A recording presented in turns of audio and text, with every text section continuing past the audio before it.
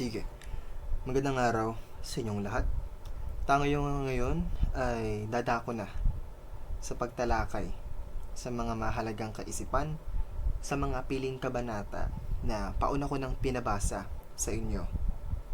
Umaasa ngayon ako na binasa ninyo yan dahil bukod sa mahalaga yung mga kaisipan na lumilitaw diyan, kailangan ninyong basahin yan kung ayaw ninyong mapag-iwanan sa daloy ng quarter na ito, fourth quarter na ito.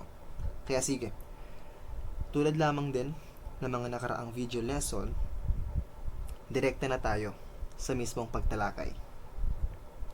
Okay, so ang mga piling kabanata na meron tayo this time ay yung mga kabanata 2, 4, 14, 15 at 27. Lahat-lahat yan ay mayroong kanya-kanyang aral at mensahe, pero pare-pareho na may kinalaman sa kasulukuyang antas ng pamumuhay ng mga panahon na iyon, yung mga panahon na umiiral iyon. Ayan.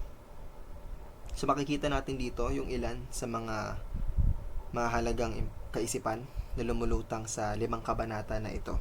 Iisa-isahin natin yan. Una, meron tayong isyong pambansa. Ngayon, kapag sinabi nating isyong pambansa, anong ibig sabihin? Ang ibig sabihin yan ay yung mga pangyayari. Okay, mga pangyayari na kinakailangang pagtuunan ng pansin ng lipunan o di kaya ng bayan. Dahil madalas na meron niyang negatibong epekto doon sa buhay ng mga taong namumuhay sa bansa o doon sa lipunan na iyon. Makikita natin yung ilan sa mga iyan dito sa nobela na El Filibusterismo ni Rizal, doon sa mga kabanata na ating tatalakayin. Una na rito, itong diskriminasyon sa anyo ng social classes. Meron kasi tayong dalawa nito. Tama? Dalawang uri ng social class sa isang lipunan. At ayon na rin ito kay Karl Marx. Tatlo yan actually, pero ayon sa kanya, yung mismong prominent, yung teoryang social class theory, ayon sa kanya, meron tayong dalawang uri ng tao. Yung nangingibabaw ng uri ng tao na palagi na nagtutunggalian sa isang lipunan, sa loob ng isang lipunan. Ito nga ay yung upper class o yung mga bourgeoisie o burgis kung tawagin natin sila sa Filipino. Sila yung mga mayayaman, sila yung mga negosyante, sila yung may mga matataas na posisyon sa gobyerno, sa lipunan. At yung pangalawa naman ay yung mga lower class o yung mga proletariat. Ito naman yung mga tao na mga hihirap. Sila yung mga nagtatrabaho, yung mga workers. Sila yung mga palaging amoy usok, may bahid ng dumi, ng alikabok, ng putik, kasi sila yung nasa ilalim. Mas maiintindihan nyo to kapag nagsimula na kayo sa pag-aaral ng teoryang Marxismo, na hindi muna natin gagalawin. Kasi mataas na antas na yan ng pagtalakay. Intro lamang yung ginawa ngayong dapat ngayong grade 10, pero sa susunod, naniniwala ako sa senior high, hindi nyo dadaanan yan sa literature. Ngayon, balik tayo. Makikita ito, yung diskriminasyon, diba? Sa kabanata 2, na ang pamagat ay yung sa ilalim ng kubierta. Tandaan nyo yan.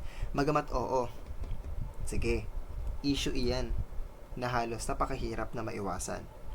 Pero kabilang pa rin ito, parte pa rin. Bakit? Kasi dahil doon sa implikasyon na meron yan sa lipunan.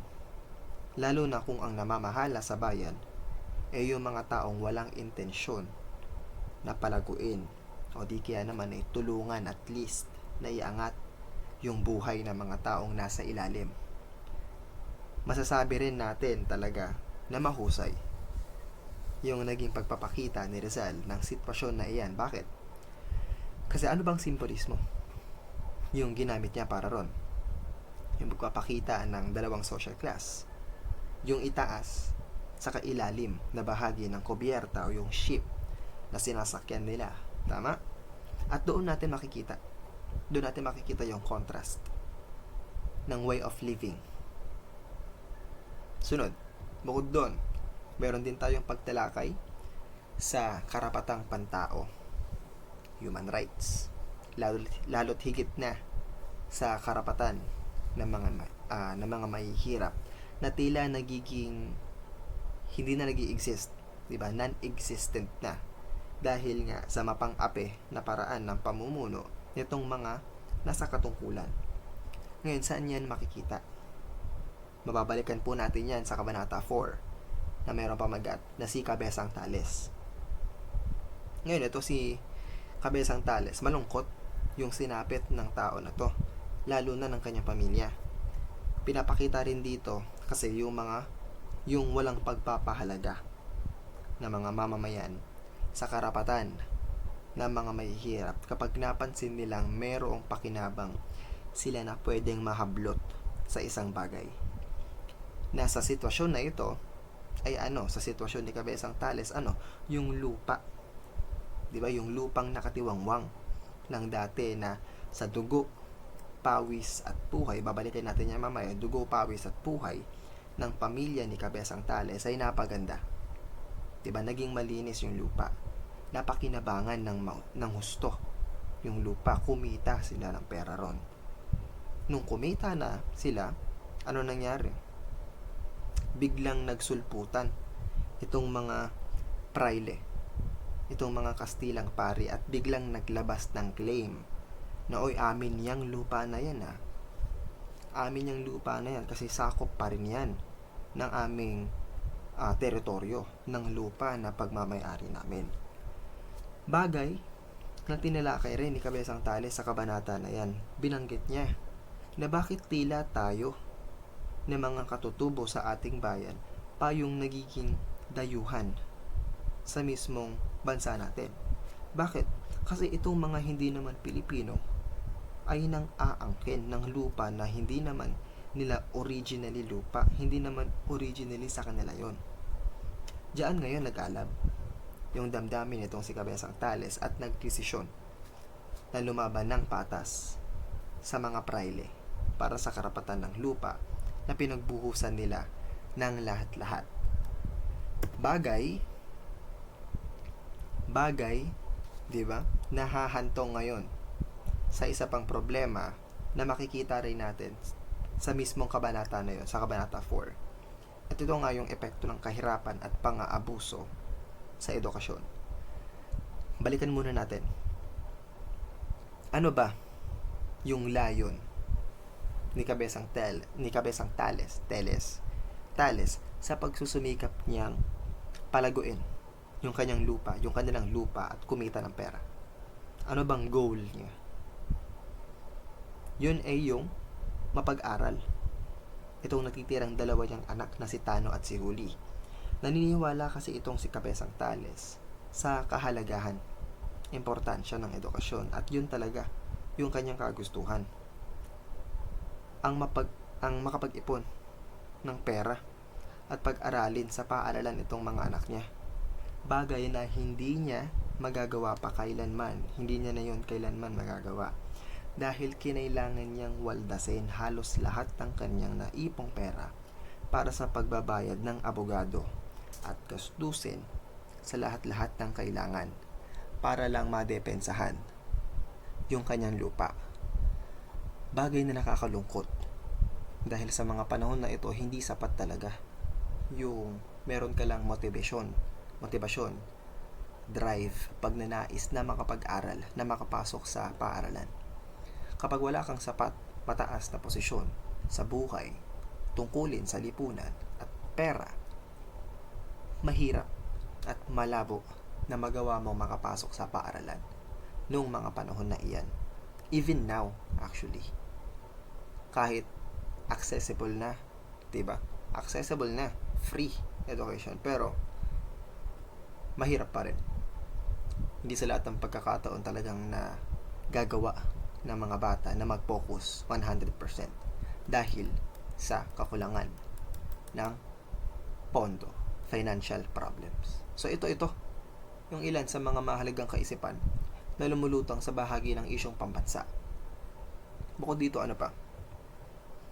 Meron tayong pamamaraan sa pamamalakad, sa pamahalaan, way of governance. So isipin nyo, meron kang kapangyarihan, di ba? Paano mo yun gagamitin?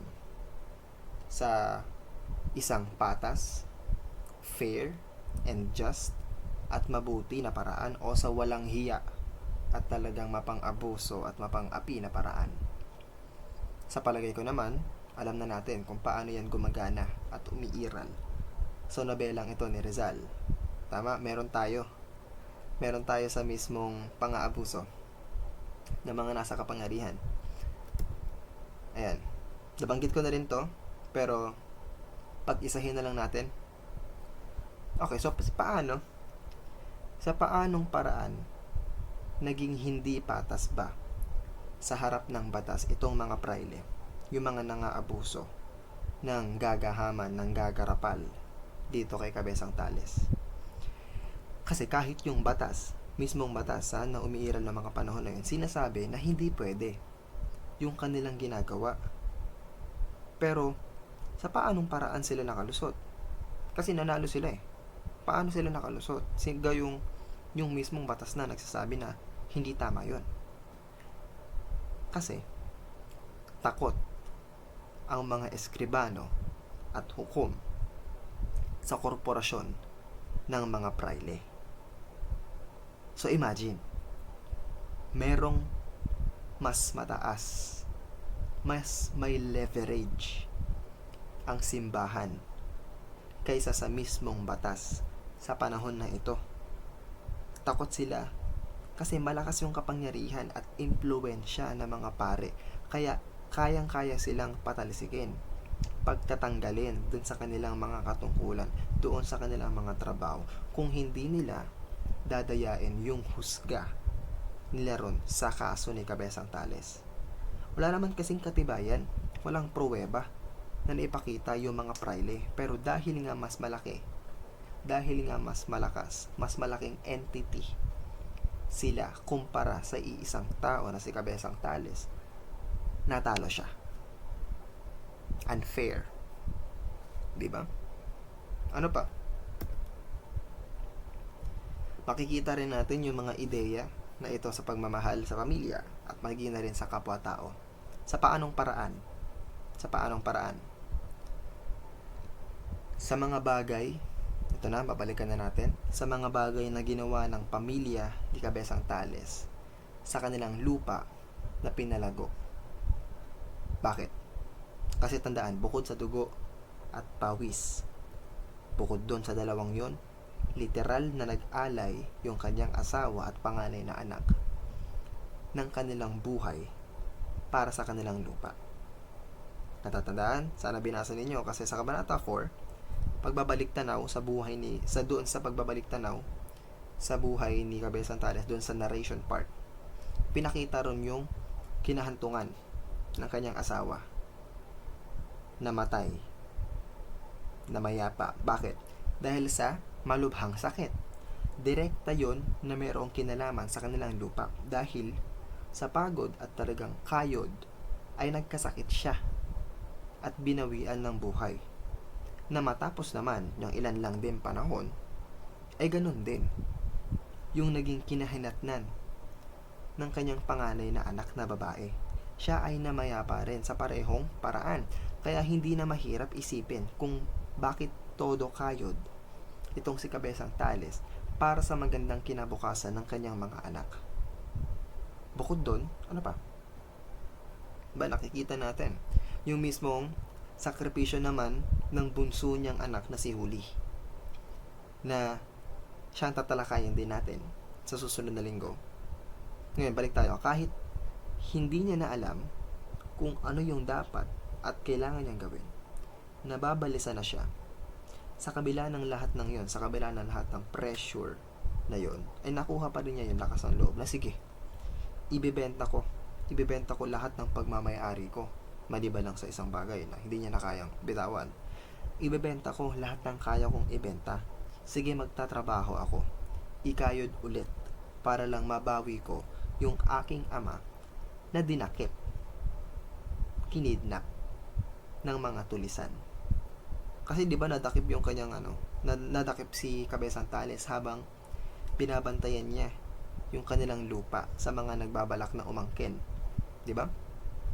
So ilan yun sa makikita natin. Sunod naman ay yung pagpapahalaga sa edukasyon na sasalamin sa pakikipagkapwa-tao ni Sandoval. Bakit? Sino ba si Sandoval? Kasi si Sandoval, ang lahi niya ay hindi Filipino. Hindi siya Pilipino. Isa siyang Kastila.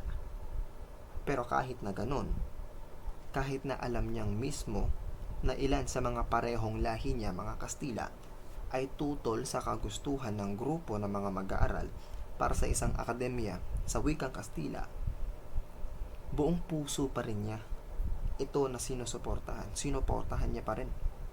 Makikita natin dito na oo, sige, magiging magkaiba tayo sa bayan na pinagsilangan natin, magkaiba tayo sa kulturang kinagisnan, magkaiba tayo sa ating itsura, sa wangis ng ating mga muka. Ngunit pagdating sa pagnanais, kagustuhan ng magandang edukasyon, diyan tayo magtatagpo. Si Sandoval ngayon, yung nagsisilbi na isa sa mga larawan na mga Kastila na mayroong malasakit sa mga Pilipino. Kasi meron siyang malasakit mismo sa bayan ng Pilipinas. Doon natin makikita ito. Pang-apat, nakaisipan naman ay yung kabuluhan ng edukasyon. Ayan. Diba?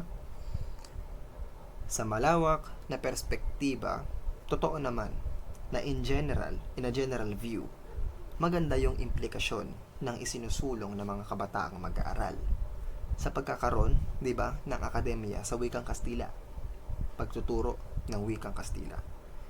Kung itatagpi, ididikit natin yan sa totoong buhay, yes, maganda at dapat talaga.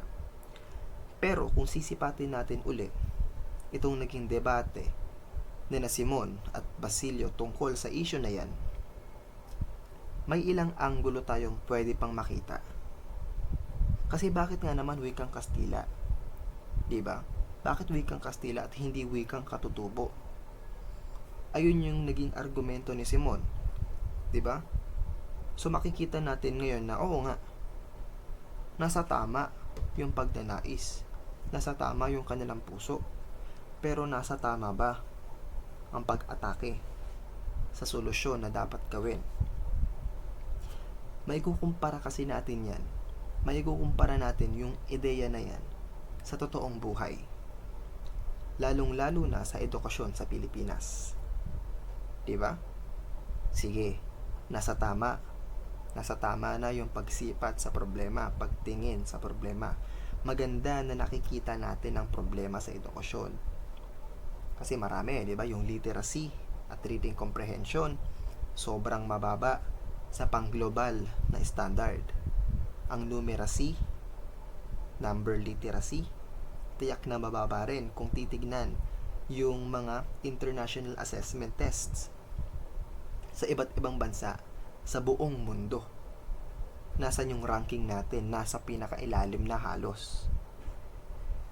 Nakikita natin yung problema na yon, at mabuti na nasa motibasyon natin na bigyan ito ng solusyon. Ang problema ito, nasa tama ba yung mismong solusyon na inihahain? Kung oo, nasa tama ba yung execution, yung pagpapatupad? Epektibo ba? Nagkaroon ba ng pagbabago sa positibo na aspekto? Siguro naman alam na ninyo kung anong programa yung tinutukoy ko. Tama? Yun ang tanong. Na sige, in a general perspective, the question rises now, di ba? Is it effective? Is it effective? Is it working? Na ngayon, baka sa ilang taon pa natin makikita natin yon bilang statistics na nga lang. Bilang datos, numbers, percentages. So makikita rin natin yon dito. Bukod doon, ano pa? Ito. Ayan. Kaalaman equals pagbabago. Anong ibig sabihin yan? Bakit?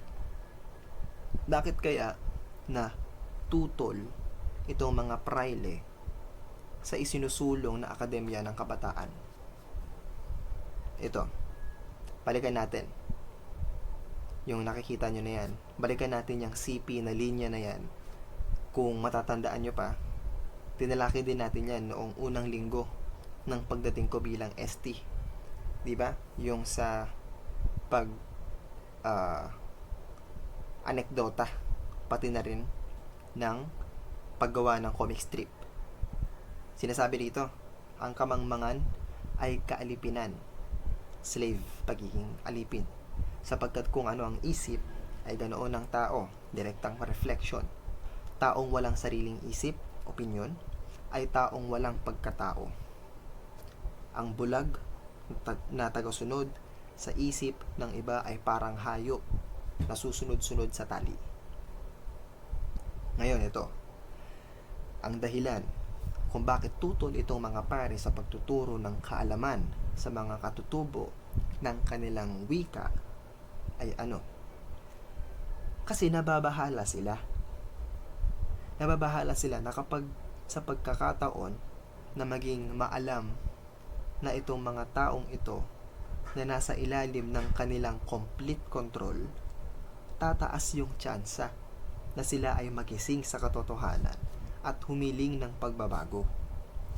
Na kung hindi matupad yung paghiling nila na yon, saan re-reserba yung mga mamamayan? Sa pag-aaklas. Gusto kasi nila, gusto ng mga Kastila na manatiling mangmang ang mga Indio, ang mga Pilipino. Bakit? Kasi mas madali silang talian sa leeg at hatak-hatakin sa kung saan nila gusto. Sa kung saan nila sila gusto. Diba? Kaya nga, sa mga paaralan ng mga panahon na yan, anong itinuturo? Puro pagpapayaman. Diba? Pagpapaunlad sa moral na aspekto. Puro pagdarasal, puro pagtuturo sa pagsunod at pagrespeto sa mga praile. Walang pagpapaunlad sa mental na aspekto, sa pagpapaunlad sa kaalaman. Kasi nga ayaw nila sa pagbabago. Kaya nga for 350 years 350 years naging alila tayo, di ba? So ilang centuries yun na ganong karaming taon walang naging pagbabago. So makikita natin yun doon. Eto, panghuli ay ang karuwagan at kabayanihan. Karuwagan, ibig sabihin pagiging duwag o takot. Kaduwagan. Sinasabi natin karuwagan para mas madali sa pagbigkas. Again, pagbago ang mapaponemiko na yan, pero tuloy tayo. Isa-isahin natin. Itong dalawang to, yung unang dalawa, pinag-isa ko na lamang. Pag-isahin na lang natin. Pag-isahin natin yung naging pagtindig ni na Cabezang Tales at nitong si Isagani. Sa paanong paraan natin ngayon, makikita yung pagiging matapang na tumayo, pagiging matapang na lumaban, at pagiging matapang na manindigan nitong dalawang tao na ito. Una, si Cabezang Tales. Maaaring tignan, pwede nating tignan yung kanyang ginawa na pagprotekta, di ba? Pagprotekta sa kanyang lupain gamit yung mga sandata. Yun yung pwede nating sipatin, pwede nating tignan.